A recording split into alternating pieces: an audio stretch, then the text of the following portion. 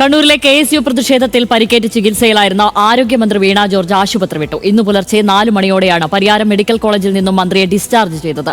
ഔദ്യോഗിക വാഹനത്തിൽ തിരുവനന്തപുരത്തേക്ക് മടങ്ങിയ മന്ത്രിയെ പരിഹസിച്ച് UDF നേതാക്കളും രംഗത്തെത്തി. മന്ത്രിയുടേത് നാടകമാണെന്ന് തെളിഞ്ഞതായി നേതാക്കൾ ആരോപിച്ചു. ഇതിനിടെ കരിങ്കൊടി പ്രതിഷേധം നടത്തിയ KSU നേതാവിന്റെ വീട്ടിലേക്ക് ബോംബേറുണ്ടായി.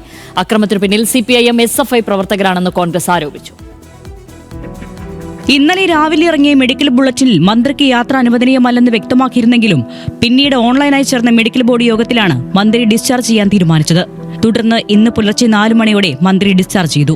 വിശ്രമം ആവശ്യമാണെങ്കിലും ആശുപത്രിയിൽ തുടരേണ്ടതില്ലെന്ന് ഡോക്ടർമാർ നിർദ്ദേശിച്ചു. ഔദ്യോഗിക വാഹനത്തിലാണ് മന്ത്രി പരിയാരം മെഡിക്കൽ കോളേജിൽ നിന്നും മടങ്ങിയത്. മന്ത്രിയെ പുലർച്ചെ ഡിസ്ചാർജ് ചെയ്തതിനെ പരിഹസിച്ച് UDF നേതാക്കൾ രംഗത്തെത്തി. മന്ത്രി ജനങ്ങളുടെ മുൻപിൽ പരിഹാസ കഥാപാത്രമായി നിൽക്കുകയാണെന്ന് പ്രതിപക്ഷ നേതാവ് VD സതീശൻ പറഞ്ഞു. കേരളത്തിന്റെ ആരോഗ്യമന്ത്രി ശ്രീമതി വീണ ജോർജ് കേരളത്തിലെ ജനങ്ങളുടെ മുന്നിൽ ഒരു പരിഹാസ കഥാപാത്രമായി നിൽക്കുകയാണ്. ഇപ്പോൾ അവരുടെ പേര് കേൾക്കുമ്പോൾ തന്നെ ആളുകൾ ചിരിക്കാൻ തുടങ്ങിയാണ്. പക്ഷെ അതിന്റെ പേരിൽ കലാപത്തിന് ആഹ്വാനം ചെയ്യാണ് നേതാക്കൾ. മന്ത്രിക്കെതിരെയുള്ള കരിങ്കൊടി പ്രതിഷേധത്തിൽ പങ്കെടുത്ത KSU കോഴിക്കോട് ജില്ലാ സെക്രട്ടറി ബിദുൽ ബാലന്റെ വീടിന് നേരെ ഇന്ന് പുലർച്ചെ ബോംബേറുണ്ടായി.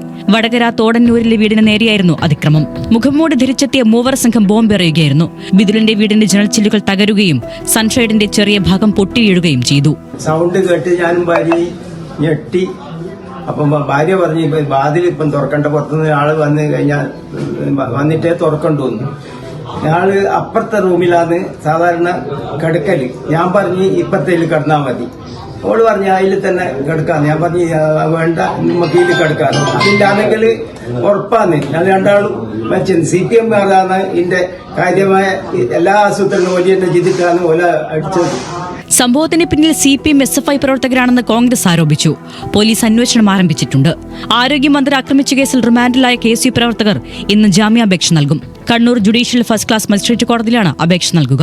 KSU ജില്ലാ പ്രസിഡന്റ് MC അതുൽ അടക്കമുള്ളവരാണ് സബ് ജയിലിൽ റിമാൻഡിലുള്ളത്.